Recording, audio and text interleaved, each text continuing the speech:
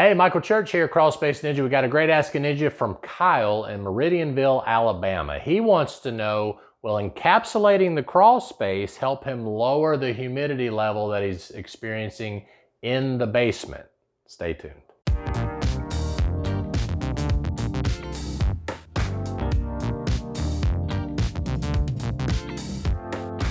If you're new to Crawl Space Ninja, we talk about everything related to crawl space encapsulation, indoor air quality, even how to address high humidity. We hope you'll subscribe to our channel, ring that notifications bell, follow us on Facebook. Make sure you check out our DIY store and our franchise opportunity. Okay, Kyle, so we got this great Ask a Ninja from you. I'm fighting very high humidity in a basement. You said it's greater than 75% and not real sure where to start. I have a dehumidifier running in the basement, but the tank fills up so quick it's hard to keep up with emptying it more than once a day. Would encapsulating the crawl space fix the humidity problem in the basement? There is a block wall between the crawl space and the interior basement wall. The crawl space is currently vented with minimal black vapor barrier over the dirt. I do not see any mold in the crawl space, but do see mold growing under the stairs in the basement closet due to the high humidity. Okay, Kyle, so if you've got a dehumidifier in your basement, one of the first things I would recommend that you do is get rid of the kind of dehumidifier that requires your attention. Those types of dehumidifiers are effective as long as you keep emptying them out on a regular basis. Now, you may be able to convert your current dehumidifier where it will drain into a condensate pump, and then that pump could perhaps pump the water to a drain. Perhaps if you have your washer dryer down there or something like that. I've seen them pump water into the drain of the washer and dryer system, or you could even pump it into the toilet. Whatever you need to do, get rid of that water to where it does not require you to go and mess with the dehumidifier in the basement, because you want it to continually run. Because I believe what's happening is that you're either don't have time or you forget about it, and the next thing you know, that bucket gets full, shuts that dehumidifier off, your humidity spikes to 70%. The next time you go down there, you're trying to get it caught back up. So you want to make sure you have a dehumidifier that's running continuously without you having to be involved, and that should be done whether you have a basement or a crawl space.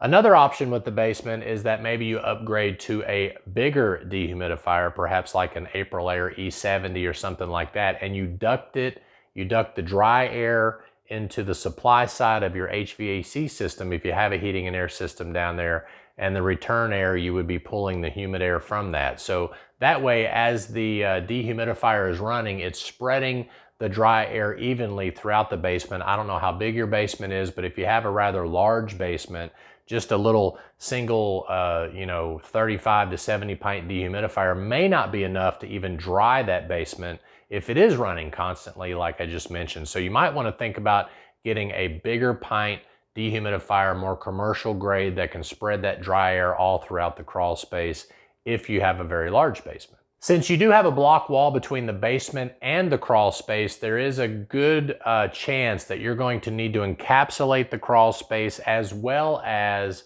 address the high humidity levels in the basement. I'm not sure that, given your situation, it would be a good idea to say that only encapsulating the crawl space and controlling humidity in the crawl space will take care of the basement too.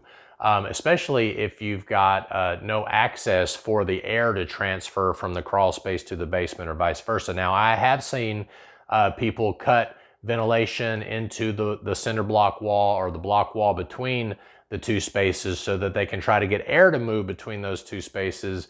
But I think your best bet is just to treat the crawl space as a crawl space, encapsulate it, put in a dehumidifier, make sure it's properly ventilated, insulated, vapor barrier down on the walls and everything like it's supposed to, and then treat the basement completely separate with its own dehumidification system. And I feel like that would be the best case scenario based on the information that I have about your situation. It would probably also be the best air quality fix. That way you don't have a lot of air from the crawl space trying to get into the basement.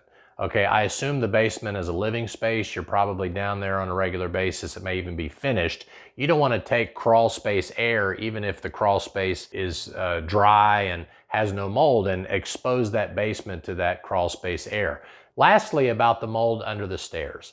I really think you need to get this humidity problem under control before you think about addressing that mold under the stairs. Because if you go in, I don't know if you have sheetrock under the stairs or whatever you got, but if you go in there and start to tear out that mold or spray it with some kind of disinfectant, it's just going to come right back. If you've got humidity levels at 70+% in the basement and you haven't fixed the humidity transfer between the crawl space and the basement. So take care of those humidity problems first, then look at addressing that mold underneath the stairs, and make sure you do it properly. Wear your PPE. If you're going to do it yourself, make sure you remove any visible mold that's on drywall, or at least HEPA vacuum or hand scrub mold off if you've got joists that are covered with mold underneath the stairwell.